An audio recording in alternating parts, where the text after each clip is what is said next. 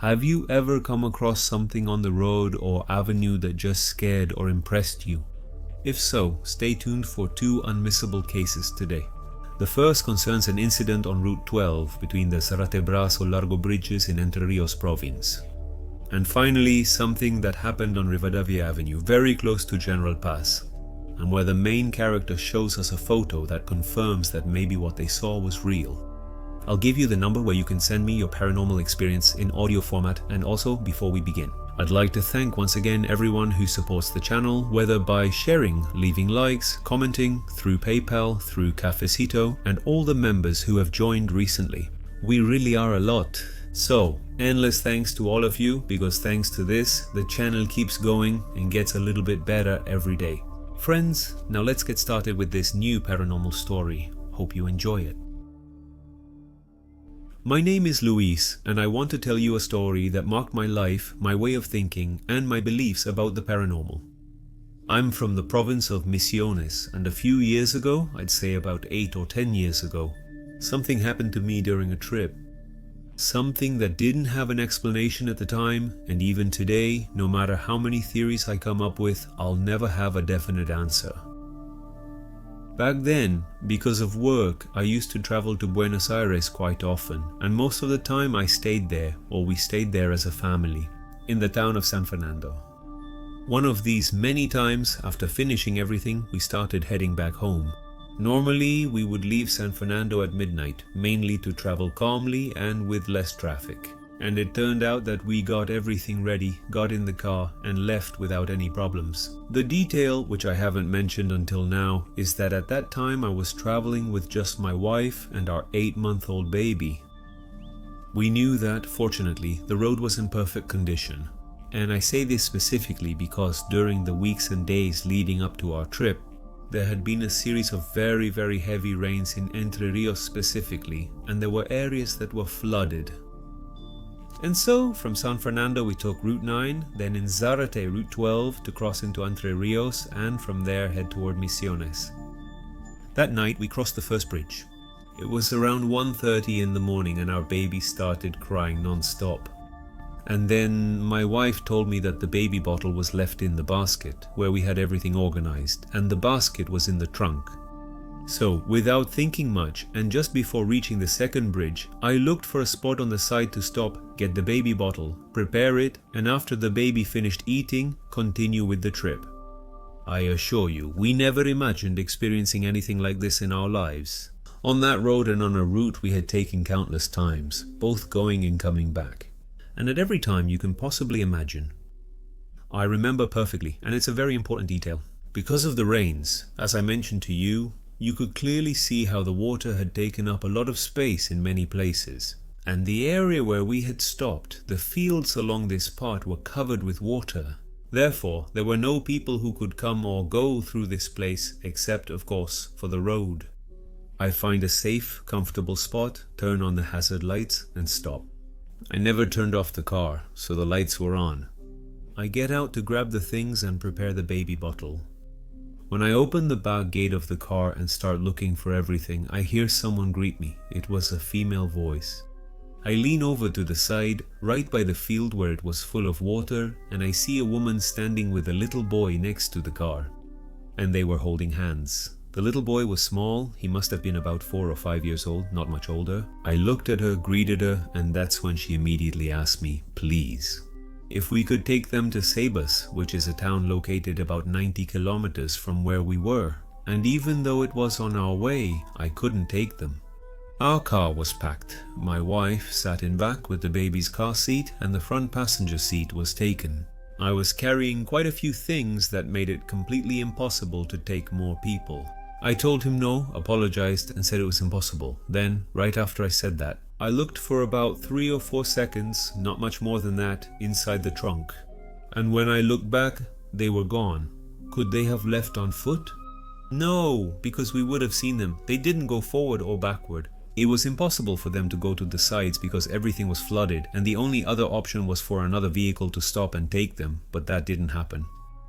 And I'll clarify again that I only lost sight of them for no more than 3 or 4 seconds. A key detail is that they got into the car and settled everything as the baby drank from the bottle. I talked to my wife about this woman, but there was a somewhat confusing moment because she never saw or heard this woman at any time. Yes, she heard me, but she thought maybe it was someone who was behind us and just came over to see if we needed help. I told her in detail and asked many times. She never saw this woman or her son holding hands.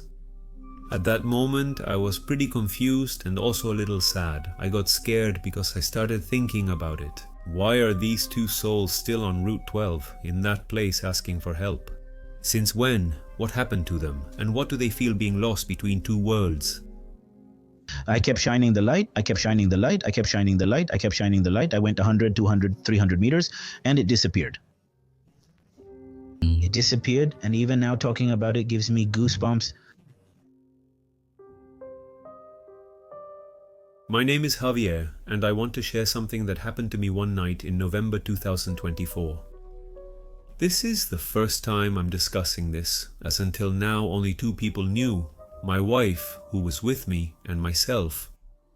We're from Moron, in the western area, and that time, on a Sunday afternoon, we went to my brother's place. He lives in Liniers. We visited my niece, born a few days earlier. We spent most of the afternoon with them, having mate, and between one thing and another, we also stayed for dinner. The point, so this story doesn't get too long with unimportant, boring details. It was almost 11 at night when the gathering ended. The 2 of us had to work the next day, and we really couldn't stay much longer. We took Rivadavia home as usual, since it's our most direct route. It's about 40 minutes, depending on the day, but maybe at night, and since it was a Sunday, when there's hardly any traffic, it's much faster. We were fine until we went under General Paz. Exactly, I checked Google Maps as soon as I got home. After passing the compressed natural gas station at Rivadavia and Playa del Martin Castro, we continued just over 100 meters, and something completely illogical happened. First, the car displayed a dashboard error and stopped.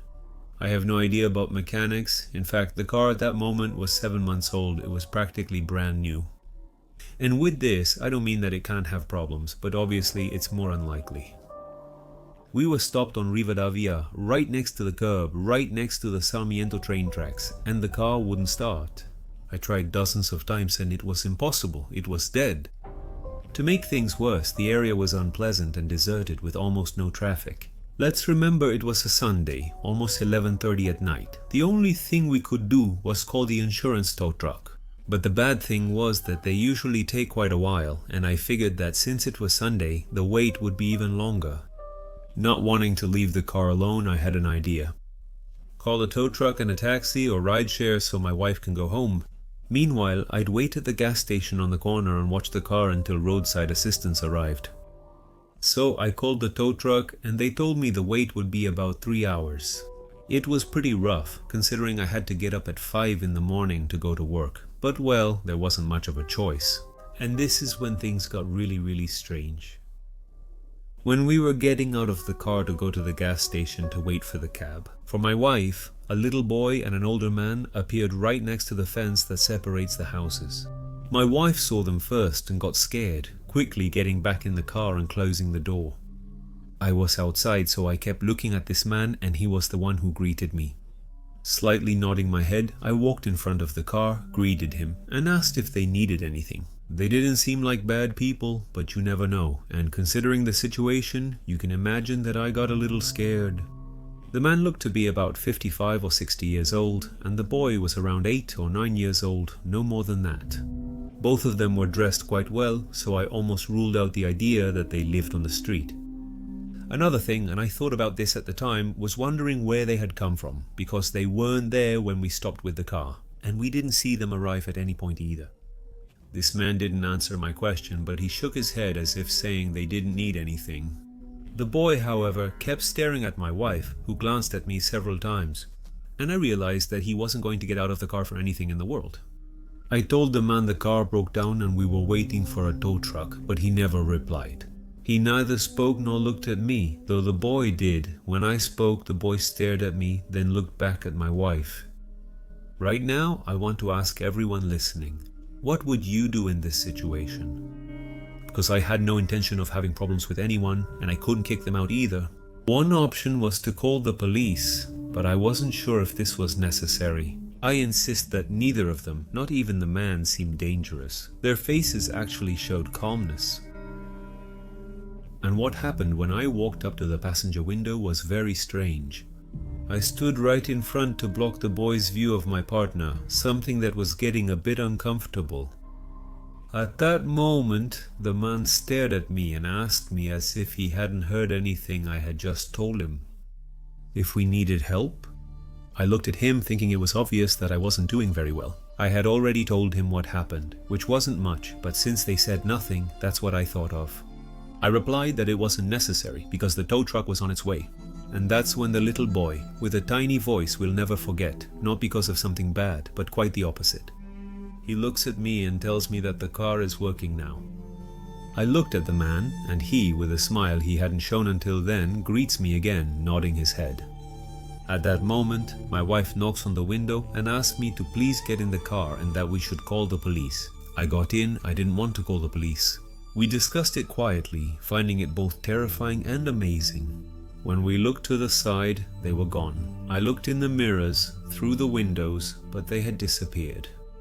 To make things more confusing, I don't know why, since I'd already tried many times. I put the key in and tried to start it. Do you know what happened? The car started without any problems. Something inside me told me that these two people were the ones who helped us. What was never clear to me is whether they were also responsible for the car stopping in that specific place, or if it was just a simple coincidence. But something interesting happened in the next few days. My wife dreamed about this same boy for weeks. He never spoke to her, he just looked at her and smiled. It could have easily been the suggestion from what happened, but it wasn't, because something happened that maybe gave us a clue. In January 2025, while organizing at home, we found old photos of my wife's family, and even though it sounds like something out of a movie, in one of them was this same boy. His name was Joaquin, and she never met him. This photo you're seeing is one of the many in which he appears. What we never knew is who this man was, because he didn't appear in any other family photograph. What happened to us made us rethink many things we took for granted, that we often don't believe, that we doubt. And it left us wondering, why did this boy show up? My wife Laura never met him or had any relationship with him. From what we were able to find out from one of her aunts, Joaquin died at age 10 from a serious illness in 1962. Thank you for reading to the end. I hope you enjoyed these stories as always. I'd like to hear your thoughts, and if you've experienced anything similar. See you in a few days. Sending a big hug to you all.